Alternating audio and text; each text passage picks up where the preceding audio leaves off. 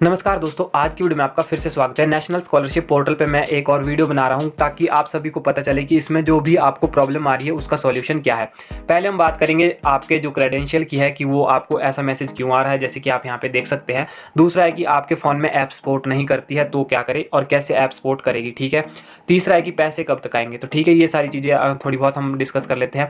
पहला बात करते हैं ऐप की कि आप अपने फ़ोन को कैपेबल कैसे बनाएं, ठीक है। अगर आपके पास अभी आपने पिछले 1 या 2 साल में फ़ोन लिया है, ठीक है, अगर नया फ़ोन लिया है तो आपको करना क्या है कि अगर सॉफ्टवेयर अपडेट करने के लिए आया है तो आपको वो कर लेना है, ठीक है। अगर मैंने काफ़ी सारी वीडियो में देखा कि वो बता रहे हैं कि आपको एपीके डाउनलोड करनी है, उससे आपके लिए कोई फ़ायदा नहीं होने वाला, बल्कि उसका नुकसान ही है। एपीके अगर आप थर्ड पार्टी सोर्स से डाउनलोड करते हो तो उसमें वायरस वगैरह भी आने के चांसेस रहते हैं, ठीक है। तो आपको ऐप तो प्ले स्टोर से ही डाउनलोड करनी है। अगर आपके फ़ोन में हो जाता है तो ठीक है, वैसे अभी ऐप अपडेट हो चुकी है, मैं आपको प्ले स्टोर पर दिखा देता हूँ। देखिए मेरे फ़ोन में एनएसपी ओटीआर ऐप जो है वो सपोर्ट नहीं करती थी, लेकिन अब हम यहाँ पे देख सकते हैं एनएसपी ओटीआर ऐप मुझे देखने को मिल चुकी है और मैं यहाँ से इसको इंस्टॉल भी कर सकता हूँ। तो मतलब क्या है कि ये जो मेरा एंड्रॉयड 11 है, वो वर्जन 11 है, लेकिन फिर भी अब यहाँ पे सपोर्ट कर रहा है। ये 13 और 14 में ही सपोर्ट करता था, लेकिन अब 11 भी आ रहा है, 12 में भी आ रहा है। तो आपका अगर है इतना तो आपको भी ये शो करेगा, ठीक है। अगर नहीं कर रहा है फिर भी आप रिलेटिव या अपने किसी फ्रेंड का या फिर अपने फैमिली मेम्बर का फ़ोन ले सकते हो, नहीं तो गाँव में भी ले सकते हो, किसी के पास तो होगा ही लेटेस्ट वर्जन।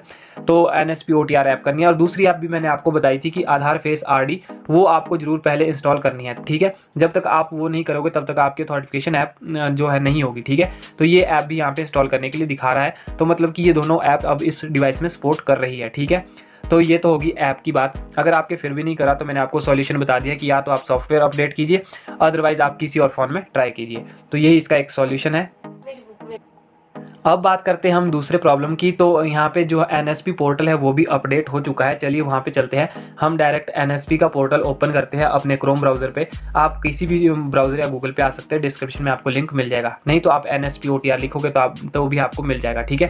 तो यहाँ पे आपको देखने को मिलेगा, पहले लॉगिन और रजिस्टर का ही ऑप्शन था, अब चेंज मोबाइल नंबर का भी ऑप्शन आपको देखने को मिल जाएगा, क्योंकि कई बार आप इसमें गलती से दूसरा मोबाइल रजिस्टर कर देते हो या कुछ भी। तो इससे पहले मैं आपको बता दूं कि मोबाइल नंबर आप वही डालें जो आपके बैंक के साथ लिंक है। दूसरा है कि अपने बैंक को आधार के साथ सीड करवा लें, ठीक है। तो उस पर भी अगर आपको आधार सीडिंग कैसे चेक करते हैं स्टेटस, या फिर कैसे करना है, उसके लिए अगर वीडियो चाहिए तो कमेंट कर दीजिए। तो यहाँ पे देखते हैं आप क्रेडेंशियल प्रॉब्लम। जैसे ही आप यहाँ पे ओटीआर नंबर डालते हो, ठीक है, और यहाँ पे पासवर्ड डालते हो, अगर आपके पास पासवर्ड नहीं है तो मैंने कहा कि फॉरवर्ड करना है। अगर फॉरवर्ड भी नहीं करना है तो पासवर्ड आपको मैसेज में आता है लिख के, ठीक है। उसमें अगर वो पासवर्ड, देखिए उसमें कई स्पेशल करैक्टर होते हैं, जैसे आप यहाँ पे देख सकते हैं कि मैंने यू प्रेस किया तो यू के ऊपर डबल डॉट है, ये इस तरह के उसमें स्पेशल करैक्टर होते हैं। अगर आपने वो सही से नहीं डाले तो यहाँ पे ये पासवर्ड नहीं आएगा, तो भी आपके यहाँ पे क्रेडेंशियल प्रॉब्लम दिखाता है। इसलिए आपको पासवर्ड अच्छे से देखना है। आपके पासवर्ड में बहुत सारे स्पेशल करैक्टर हो सकते हैं, जैसे कि करेक्ट का निशान हो सकता है, यहाँ पे मैं आपको दिखा देता हूँ। आपका @ हो सकता है, आपका यहाँ पे कोई भी जो यहाँ पे साइन हो सकता है, जैसे कि मैं यहाँ पे दिखा रहा हूँ आपको, इतने सारे साइन है, मैं थोड़ा जूम करके दिखा देता हूँ। जैसे ये यहाँ पे ग्रेटर देन का साइन है, उसके बाद यहाँ पे इस तरह का आपका करेक्ट का साइन है, और इस तरह की आपके साइन है उसमें दिखाए जाते हैं कि पासवर्ड आपका इस तरह से होता है, कुछ इस टाइप से, और बीच में हाइफन या स्लैश भी लगा हो सकता है, कुछ भी लगा हो सकता है। तो ये जो आपका पासवर्ड है और लास्ट में डॉट लगा होता है, तो वो डॉट आपको नहीं लगाना है। बाकी जो पासवर्ड आपको मैसेज आया है वो आपको एज इट इज़ लिखना है। अगर आपके फिर भी नहीं हो रहा है तब आपके पास ऑप्शन होता है यहाँ पे फॉरगेट पासवर्ड का। जब आप फॉरवर्ड पासवर्ड करते हो तो आपको आधार नंबर डालना होता है, कैप्चा भरना होता है, और उसके बाद सबमिट करना होता है। तो आपको एक और नया पासवर्ड वहाँ पे आपको मैसेज में देखने को मिल जाता है, जिसके जरिए आप फिर से यहाँ पे लॉगिन पे आते हो।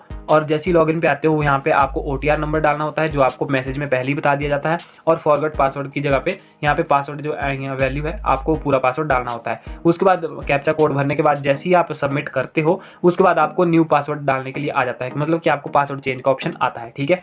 और उसके बाद आपको स्टेटस दिखा देते हैं कि एनपीसीआई से आपका वेरीफाइड है और आधार सीड है। सिर्फ वही चीज़ आती है, इसके बाद लॉगिन के बाद ज़्यादा कुछ नहीं आता है। देखिए मैं कुछ और आपको मिस्टेक बता देता हूँ जो आप करते हो, जैसे कि आप अपने बार बार इसमें फॉरवर्ड पासवर्ड कर रहे हो तो भी आपका जो ये अटक सकता है, ठीक है, क्योंकि अभी इनका जो सॉफ्टवेयर है वो इतना स्ट्रॉन्ग नहीं है। तो बार बार अगर आप फॉरवर्ड पासवर्ड करोगे तो भी आपका जो रजिस्ट्रेशन है वो अटक सकता है। दूसरी मिस्टेक आप ये करते हो कि आपका आधार अगर बैंक से लिंक नहीं है तो आपको वो पहले करवाना है, ठीक है। बाकी सारी चीज़ें जो आपको पहले करवानी होती है ताकि बाद में आपको कोई प्रॉब्लम ना आए। और जो फेस स्कैन है आपको दिन में अच्छी लाइटनिंग में करना है और एक बारी में ही आपका हो जाना चाहिए, तो आपको ज़्यादा बेहतर सुविधाएं मिल सकती है, ठीक है। अब बात करते हैं हम अपने जो लास्ट टॉपिक है वो पैसा कब तक आएंगे। तो देखिए स्कॉलरशिप के पोर्टल पे चलते हैं। जिन्होंने भी पहले स्कॉलरशिप के लिए अप्लाई किया था उनके लिए यहाँ पे देखिए आपको यहाँ पे स्टूडेंट के कॉर्नर पे आना है और चेक यहाँ पे आपका है प्रीवियस ईयर एप्लीकेशन स्टेटस, इस पर आपको क्लिक करना है। तो प्रीवियस ईयर का जो पिछली वेबसाइट है आपको देखने को मिल जाएगी। एकेडमिक सेशन हम 2023-24 सिलेक्ट करते हैं और उसके बाद यहाँ पे एप्लीकेशन आईडी आपको वो पुराने वाली आईडी यहाँ पे डालनी होती है, उस टाइम वाली आईडी डालने के बाद आपको यहाँ पे कैप्चा भरना होता है। जो कैप्चा होता है वो सेम एज आपको यहाँ पे भरना होता है, ठीक है। उसके बाद यहाँ पे डायरेक्टली आपको जो है लॉगिन कर देना है। अब देखिए जब हम यहाँ पे लॉगिन करते हैं तो उसके बाद आपकी थोड़ी बहुत डिटेल आती है यहाँ पे कि आपका आधार सीड है, वेरीफाइड है या फिर कुछ भी। तो यहाँ पे देख सकते हैं यहाँ पे scholarship amount processed from NSP for PFMS yes. तो देखिए यहाँ पे इसका जो यस आ गया है, PFMS के टोकन नंबर भी आपको यहाँ पे जनरेट हो चुका है यहाँ पे। तो मतलब कि यहाँ से इसके बाद कंफर्म है कि आपको पेमेंट आने वाली है या फिर आ चुकी है, ठीक है। इसका यही मतलब होता है।